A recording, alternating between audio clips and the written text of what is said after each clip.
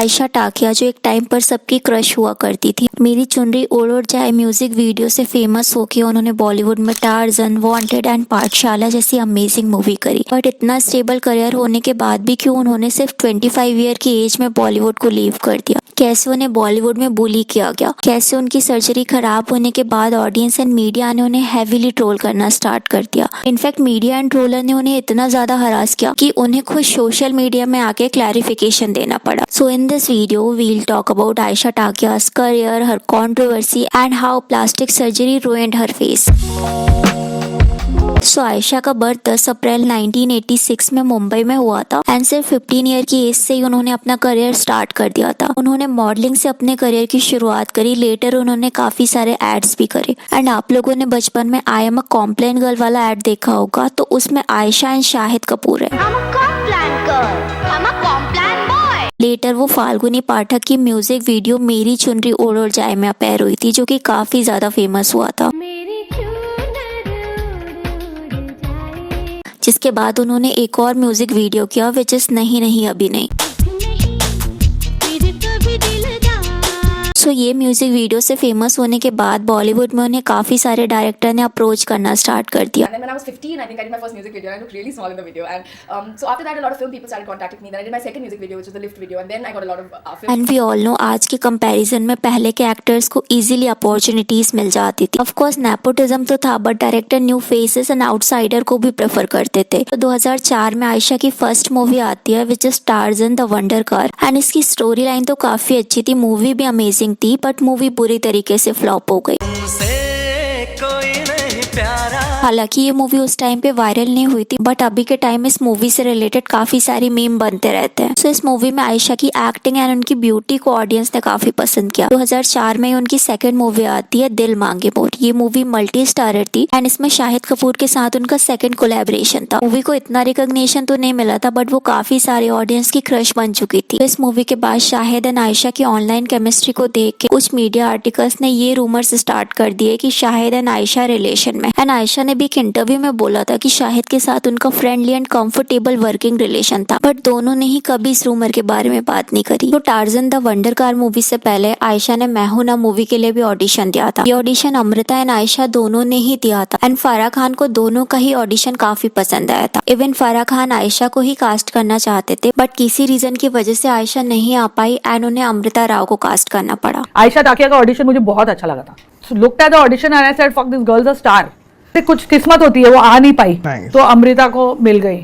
फिर 2005 में उनकी 4 मूवी आती है विच इज सोचा ना था, शादी नंबर 1 सुपर जो कि तेलुगु फिल्म थी एंड होम डिलीवरी। 2006 में भी उनकी 3 मूवी आती है विच इज शादी के पहले, यूं होता तो क्या होता एंड दौर। लेटर 2007 में भी उनकी काफी सारी मूवीज आती है विच इज सलामेश, क्या लव स्टोरी है, full and final, cash, blood brothers and no smoke. ये जो मूवीज होती थी ना, या तो ये मल्टी स्टारर होती थी या फिर आयशा का इसमें शॉर्ट रोल रहता था। आयशा की मोस्टली मूवी हिट तो होती थी, बट वो सुपर हिट की कैटेगरी में नहीं आती थी। बट 2009 में आयशा की 2 मूवी आती है विच इज 8x10 तस्वीर एंड सेकंड वांटेड। तो जो तस्वीर मूवी थी उसको इतना रिकॉग्निशन तो नहीं मिला, बट जो वांटेड मूवी थी वो सुपर हिट थी। इस मूवी में आयशा के साथ सलमान खान थे एंड ये सलमान खान का मैसिव कमबैक था। इस मूवी में आयशा का स्वीट एंड बबली गर्ल का रोल था।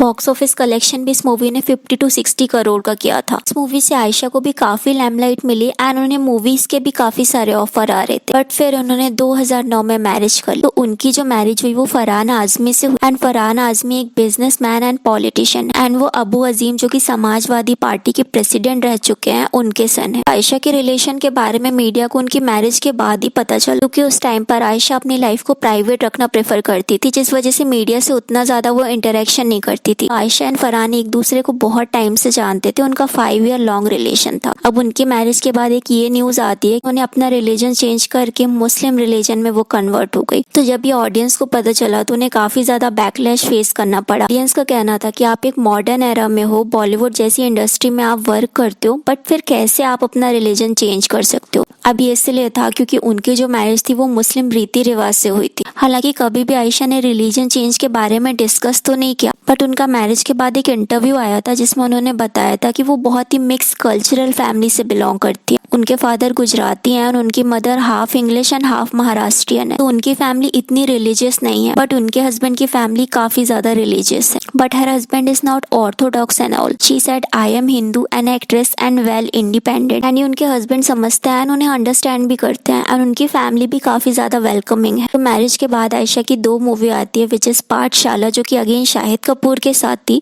एंड सेकेंड मूवी उनकी 2011 में रिलीज हुई थी विच इज स्मॉट, जिसमें उनके साथ वो रोडीज वाले रणविजय सिंह थे। एंड इसके बाद उन्होंने एक्टिंग से क्विट कर दिया। तो 2013 में आयशा का एक बेबी होता है जिसका नाम मिकेल आजमी है। यहाँ हम बोल सकते हैं कि मैरिज के बाद भी उन्होंने कुछ टाइम तक अपने करियर को कंटिन्यू रखा। एक इंटरव्यू में भी उन्होंने कहा था कि वो बॉलीवुड में काफी पहले से वर्क करते आ रही हैं, तो अब वो इससे ब्रेक लेना चाहती हैं एंड अपनी एक पीसफुल लाइफ एंजॉय करना चाहती हैं। तो कुछ सालों तक तो उनकी लाइफ पीसफुल थी, बट 2017 में उनके साथ एक कंट्रोवर्सी होती है। तो 2017 में आयशा ने एक फैशन इवेंट को अटेंड किया था एंड जब लोगों ने उनका फेस देखा तो उनका फेस कम्प्लीटली चेंज दिख रहा था। उनके लिप्स काफी big and cheek filler visible थे, जिसके बाद ये photos and video social media में हेवीली सर्कुलेट होने लगी। कुछ चैनल्स ने तो सिर्फ व्यूज के लिए उनके फेस को मॉर्फ भी कर दिया था। उनकी फोटोज को इतना ज्यादा एडिट कर दिया था कि वो बहुत ही ज्यादा वियर्ड लग रही थी। अब उनके फेस को देख के क्लियरली शो हो रहा था कि उन्होंने सर्जरी कराई है एंड उनकी जो सर्जरी है वो फेल हो गई, जिसके बाद मीडिया एंड ऑडियंस ने उन्हें हेवीली ट्रोल करना स्टार्ट कर दिया। मीम पेजेस ने उन्हें बुली करना स्टार्ट कर दिया। ऑडियंस ने ये भी कहा कि आयशा मीडिया एंड मूवीज में इसीलिए नहीं दिख रही थी कि उनकी जो प्लास्टिक सर्जरी है वो फेल हो गई है। ऐसे फेस में कोई भी डायरेक्टर आयशा को क्यों ही वर्क देना चाहेगा। तो जब ये ट्रोलिंग बहुत ज्यादा बढ़ गई तो आयशा सिद्धार्थ कन्नन के इंटरव्यू में अपेयर होती है एंड सिद्धार्थ के इंटरव्यू में देख के लग रहा था कि उन्होंने सर्जरी तो कराई है बट उनका फेस इतना वियर्ड नहीं लग रहा था। बट आयशा ने वहाँ क्लियरली प्लास्टिक सर्जरी के रूमर को डिनाई कर दिया। No, because I thought that you can't do anything once someone is speaking about online. So the best thing is to stay away. There's no point defending something that's untrue anyway. अब सी plastic surgery कराना is fine. आप अपने looks को enhance करना चाहते हो या फिर अपनी बॉडी से आप इनसिक्योर हो तो प्लास्टिक सर्जरी कराना एक गुड ऑप्शन है। बट क्योंकि ये वेस्ट मैन नाउ बॉलीवुड में ट्रेंड में है, every new and young celebrity plastic surgery करा रहे हैं,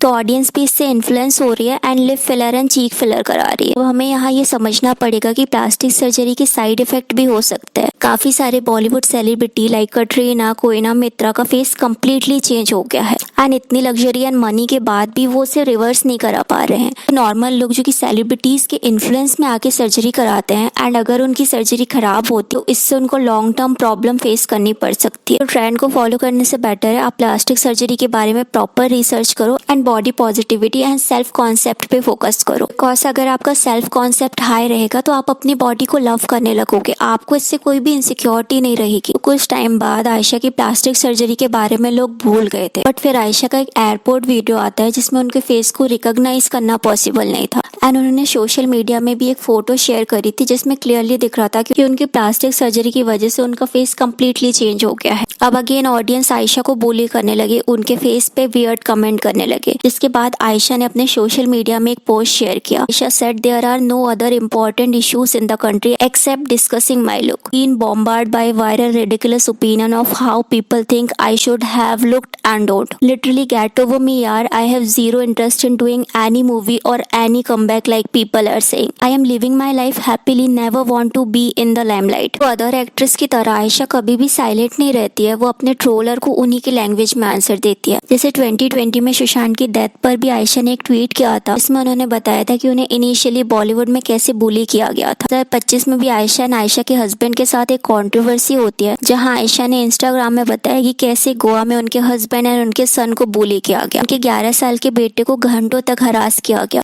उन्होंने ये भी बताया कि उनके पास video proofs and CCTV footage है, और कुछ फोटोज भी उन्होंने शेयर करी है। सो आयशा का अगर हम करियर देखें तो उन्होंने अपने करियर में 20 to 21 मूवी करी है। उनका करियर स्टेबल तो था बट सिर्फ 25 ईयर की एज में उन्होंने बॉलीवुड को क्विट कर दिया एंड आयशा का भी बॉलीवुड में रिटर्न करने का भी कोई इरादा नहीं है। बॉलीवुड से दूर अपनी लाइफ में हैप्पी है, बट सोशल मीडिया में वो काफी एक्टिव रहती है। वो अपने पर्सनल लाइफ एंड पॉलिटिक्स को लेके अपने ओपिनियन शेयर करती है। What I thought about Ayesha Takia, let me know in a comment. And Ayesha की को स्टार शाहिद कपूर के करियर, चीटिंग, कंट्रोवर्सी एंड क्यों वो बॉलीवुड के सुपरस्टार नहीं बन पाए, जानने के लिए इस वीडियो को क्लिक करें।